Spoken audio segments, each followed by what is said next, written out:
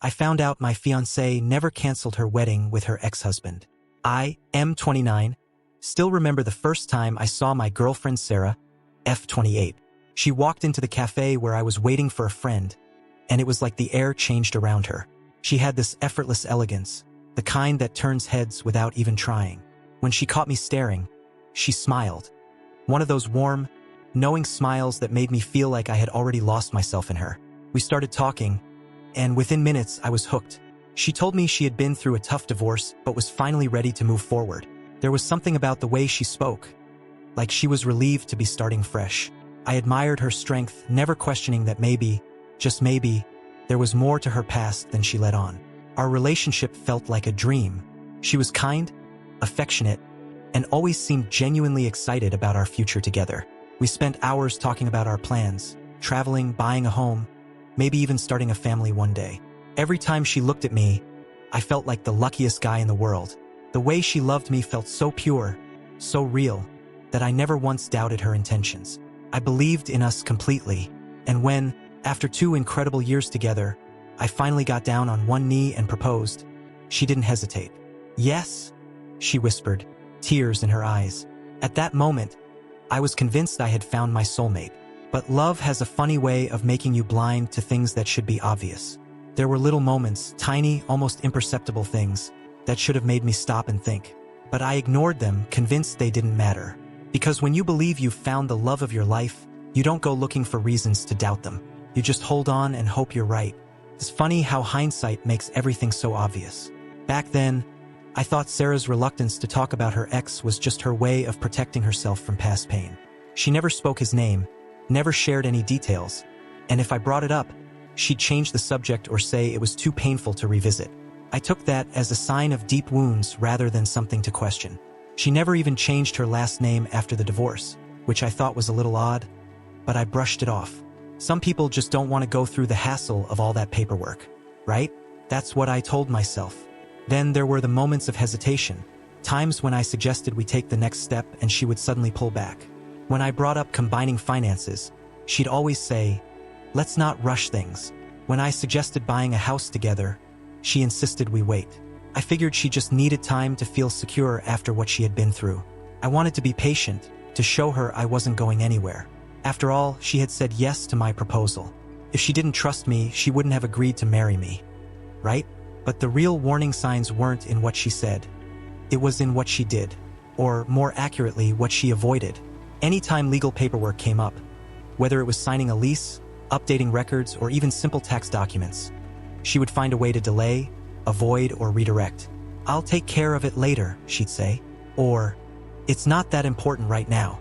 I told myself she just had anxiety about official processes, but deep down, something didn't sit right. Still, I ignored that feeling. I was in love, and love makes you trust even when you shouldn't. I don't know what I expected when I went to pick up our marriage license, but it sure as hell wasn't that. The clerk looked at me, confused, and said, "I'm sorry, but we can't process this. She's already married." I laughed at first, thinking there had to be some mistake.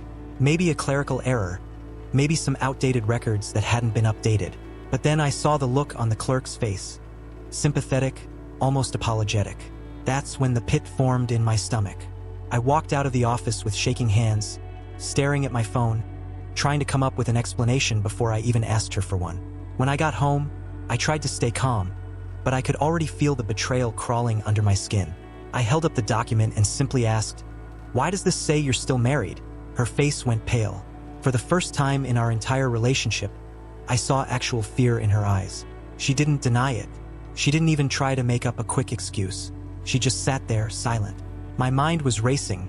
Was this a recent thing? A bureaucratic error? Something she just forgot to handle? But then, finally, she spoke. And her answer made my stomach drop. "I never filed the papers," she admitted, barely above a whisper. My heart stopped. 2 years together. 2 years of planning a future, of dreaming about our wedding, of believing I had found the person I was meant to spend my life with. And the entire time, she had been legally tied to another man. It wasn't just about the lie, it was about what it meant. Because if she could keep something this massive from me for so long, what else was she hiding? She tried to downplay it like it was no big deal.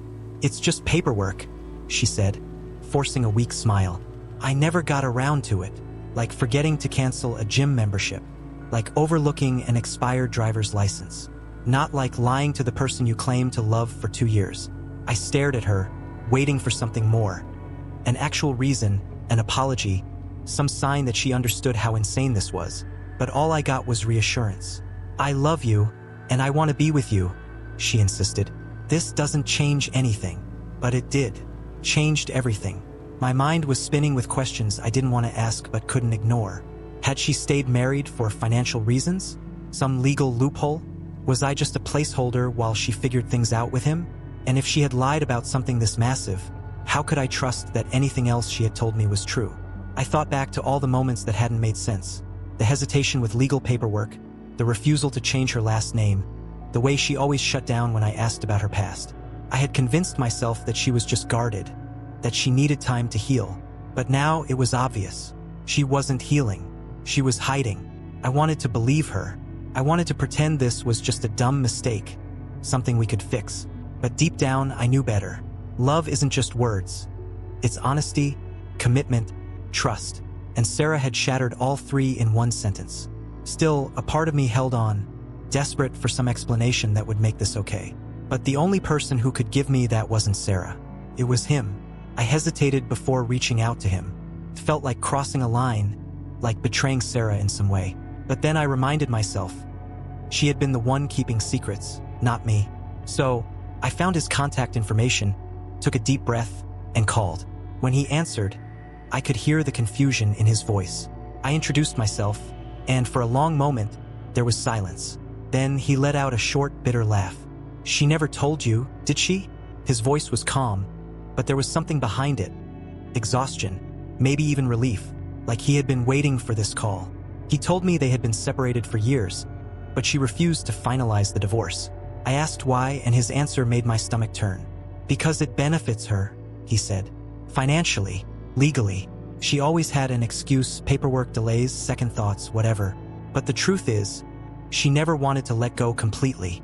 He had tried everything, giving her space, offering to handle the process himself, but she always found a way to stall. He had assumed she just wasn't ready. He never imagined she was engaged to someone else. I'm sorry, man, he said, his voice quieter now. I really am. But if you're calling me, then you already know. You can't trust her.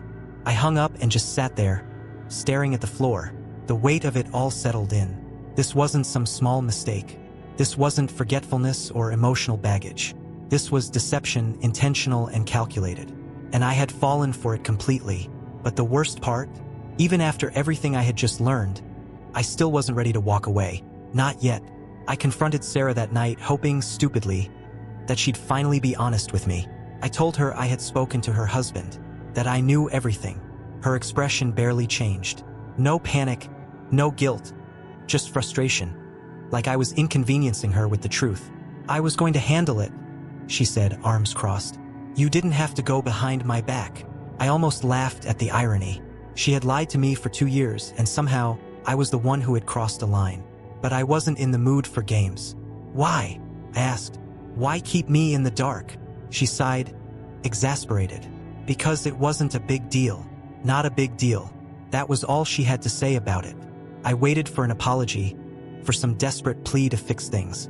But instead, she doubled down. We can sort this out before the wedding, she said. Like this was just a scheduling issue. Like all of this could be undone with a few signatures. But she didn't get it. This wasn't about paperwork. It was about trust, and she had shattered mine completely. I wasn't angry anymore. I was just done. I stood up, grabbed my keys, and for the first time in our entire relationship, she looked scared. You're seriously leaving over this? She asked. I just shook my head. You left me no choice. Packing my things felt surreal, like I was walking out of someone else's life. The wedding was called off, invitations went unsent, and I disappeared from Sarah's world as easily as she had once entered mine. It hurt like hell, but deep down, I knew. I had dodged something far worse than heartbreak. I had escaped a life built on lies. And as I drove away that night, one thought kept repeating in my head. I didn't lose Sarah. She lost me,